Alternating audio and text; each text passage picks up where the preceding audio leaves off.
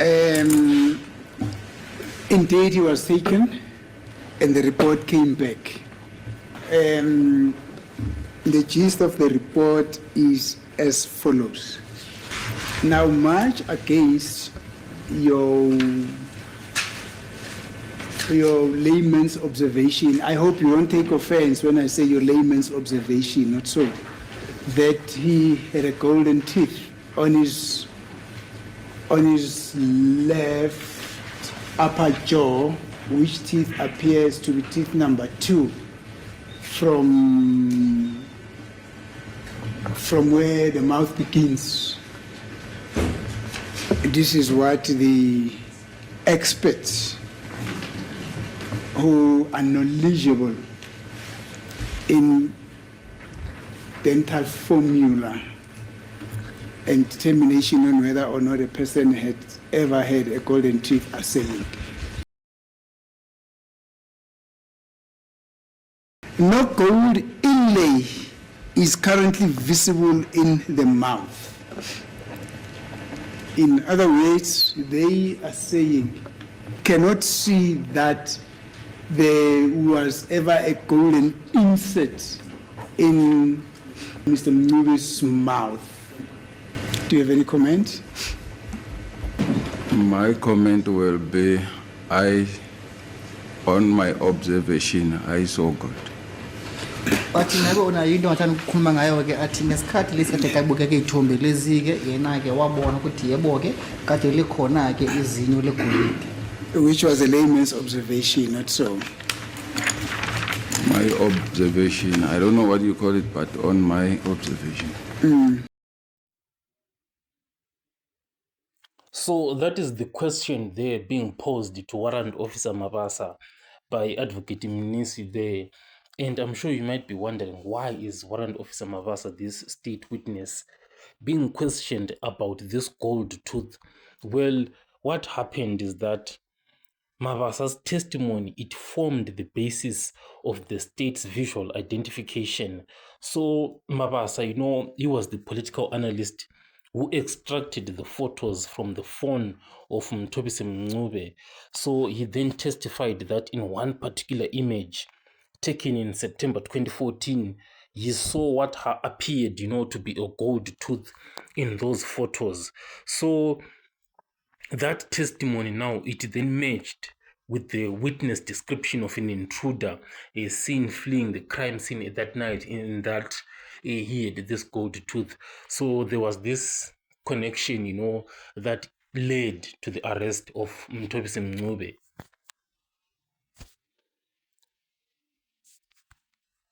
So now the defense is now coming in and challenging this assertion from Warrant Officer Mabaso. This is then triggered, the basis for a dental verification to check if Mthobisi Mncube had ever had a gold tooth, because he himself, he denied ever having had that one. So Warrant Officer Mabasa was the first state witness, to assert the presence of a gold tooth based on photographic evidence.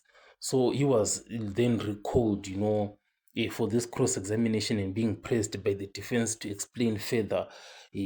So that's when these two questions are coming from Advocate Mnisi, who is questioning the authenticity of the photos to say they were manipulated, and even the gold tooth in itself.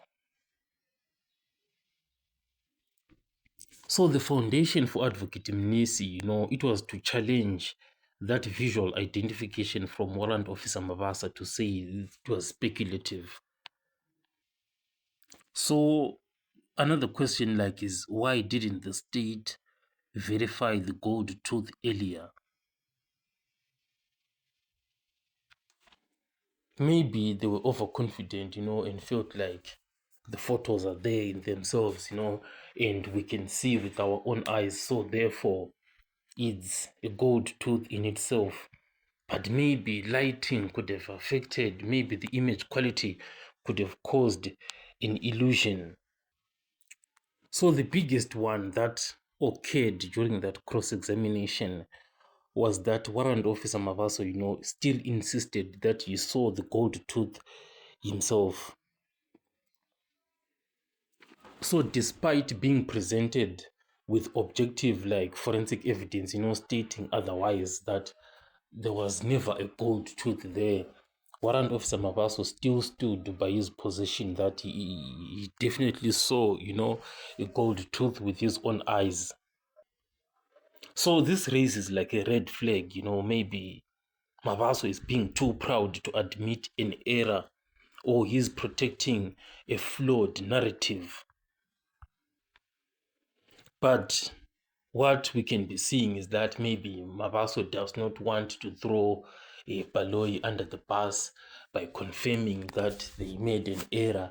So if he confirms that they made an error, then it's going to be a massive disaster for the state.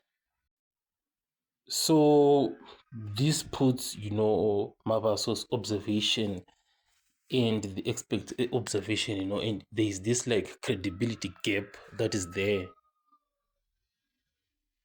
So, because it's like elevating subjective observations above scientific reports. So, that is what Officer Mabasa just did.